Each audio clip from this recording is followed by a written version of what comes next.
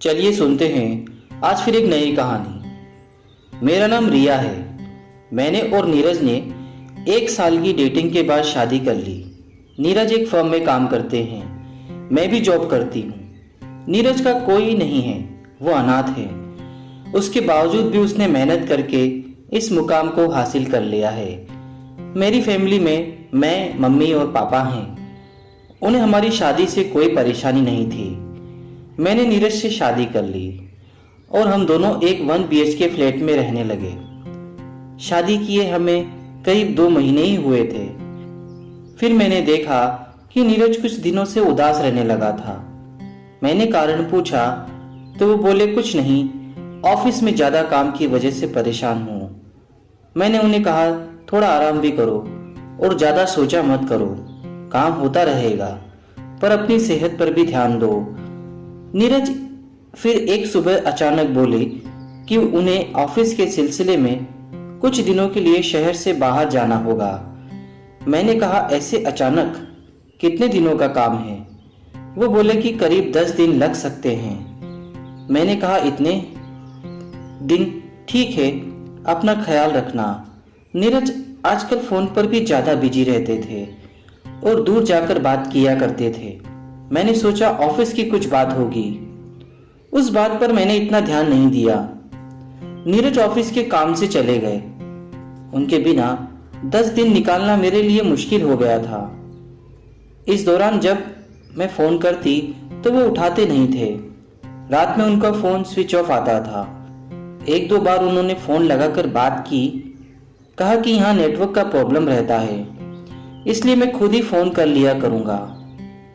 10 दिन बाद नीरज आ गए सुबह सुबह, लेकिन वो अकेले नहीं थे। उनके साथ एक लड़की थी, मांग भरी हुई थी, शादीशुदा थी। लड़की सुंदर भी थी और गांव की लग रही थी। मैंने पूछा यह कौन है? नीरज बोले मेरे पहचान वाले मिले थे। ये लड़की कुछ दिन हमारे घर रहेगी, इसका पति इसे छोड़ गया है। वो लड़की सर झुकाकर सिर्फ बातें सुन रही थी। मैंने कहा कौन पहचान वाले? वो बोले है कोई, गांव से है। लड़की को नीरज ने अंदर आने को कहा। वो सारे कमरे को देख रही थी। नीरज उसे किचन में ले गया, कहा कि यहाँ भी यह तुम रह सकती हो और खाना भी बना सकती हो। उसी पल से मुझे कुछ ठीक नहीं लगा, लेकिन मैंने कुछ बोल नहीं पाई। मैं चाहती थी कि वो यहाँ नहीं रहे। मैंने नीरज से बात की, बोला कि यह कौन है? ऐसे मुझे हम दोनों के बीच में कोई और नहीं चाहिए, तुम उसे कहीं और भी रख सकते थे।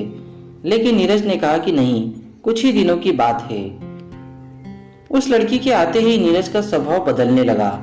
नीरज को कई बार मैंने देखा, वो उस लड़की के आसपास ही घूमता रहता था। मेरे मन में नीरज को लेकर शक आने लगा, लेकिन मैंने उस ख्याल को निकाल दिया। मुझे लगा कि मैं बेवजह ही अपने पति पर शक कर रही हूँ।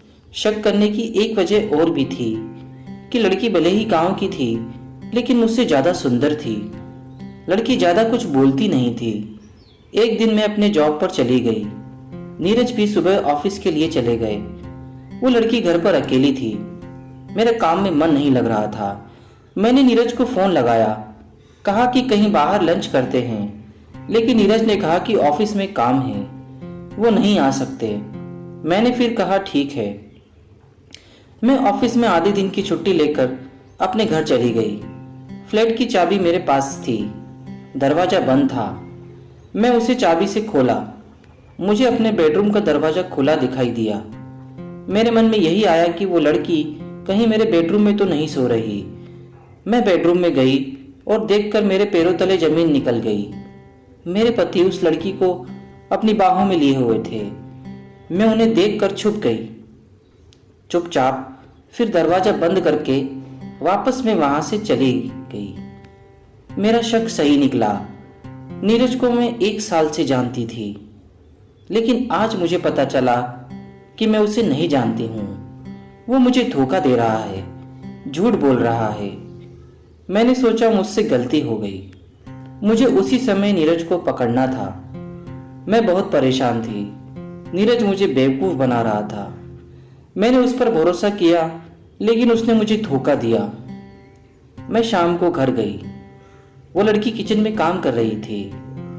अब उसे देखकर मुझे गुस्सा आने लगा था। मैंने उससे ऐसे ही जाकर उससे बात की, पूछा कि तुम्हारे पति का नाम क्या है। वो हड़बड़ा गई, कुछ बोल ही नहीं पा रही थी। मैंने पूछा, अपने पति का नाम भी नहीं जानती हो? क्या नाम है तुम्हारे पति का? वो डर गई, कहा सूरज। मैं उससे अभी और कुछ बातें करने ही वाली थी कि मेरे पति वहां आ गए।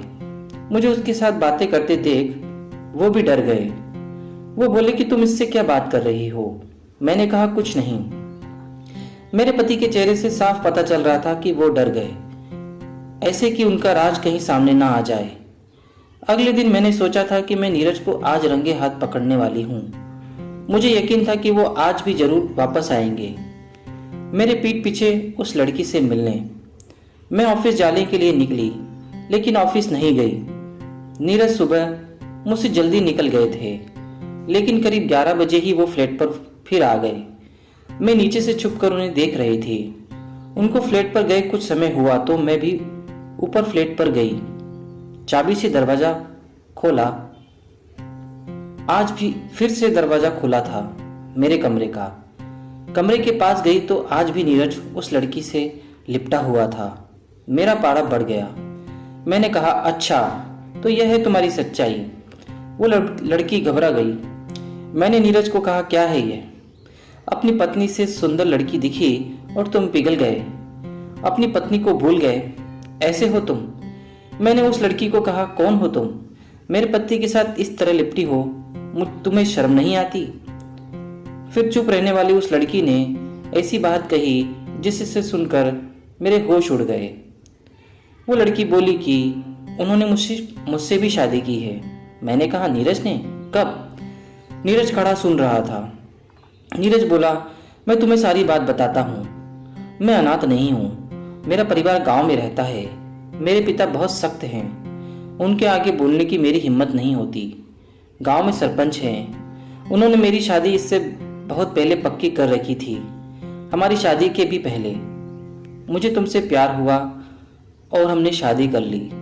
मैंने सोचा था कि मैं उन्हें बता दूंगा, लेकिन मैं नहीं बता पाया और उन्होंने मुझे बुला कर वहाँ मेरी शादी करवा दी। मैं इसे समझा कर लाया था कि अगर तुम मेरे साथ रहना चाहती हो तो जो मैं कहूँ करना होगा।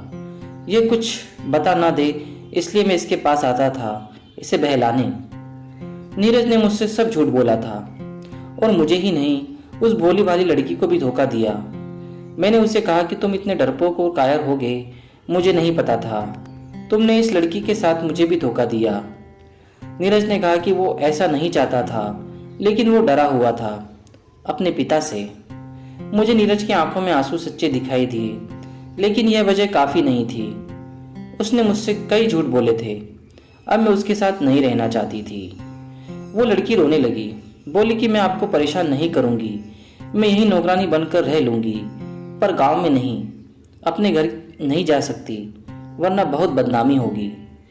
नीरज ने हम दोनों की जिंदगी के साथ ये खेल खेला था।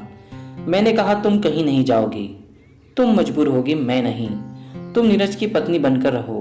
मैं नीरज के साथ अब नहीं रहूंगी, मैं उसे तलाक दे रही हूँ। नीरज ने कहा, नहीं, तुम क्या कर रही हो? मैंने कहा, तुमने जो किया अब मैं उसे सुलझा रही हूँ। तुम में हिम्मत होती तो हम साथ होते, लेकिन अब तुम इस लड़की के साथ वफादार रहना। इतना कहकर मैं वहां से चली गई। मैंने नीरज को तलाक दे दिया। नीरज ने वो शहर छोड़ दिया। मुझे पता है नीरज उस लड़की को नहीं छोड़ सकता था, क्योंकि उसके साथ उसकी फैमिली जुड़ी है। मुझे ही उनकी जिंदगी से जाना था, जो उनके परिवार से छुपा था। अब अपने परिवार के डर से वो उस लड़की को खुश रखेगा।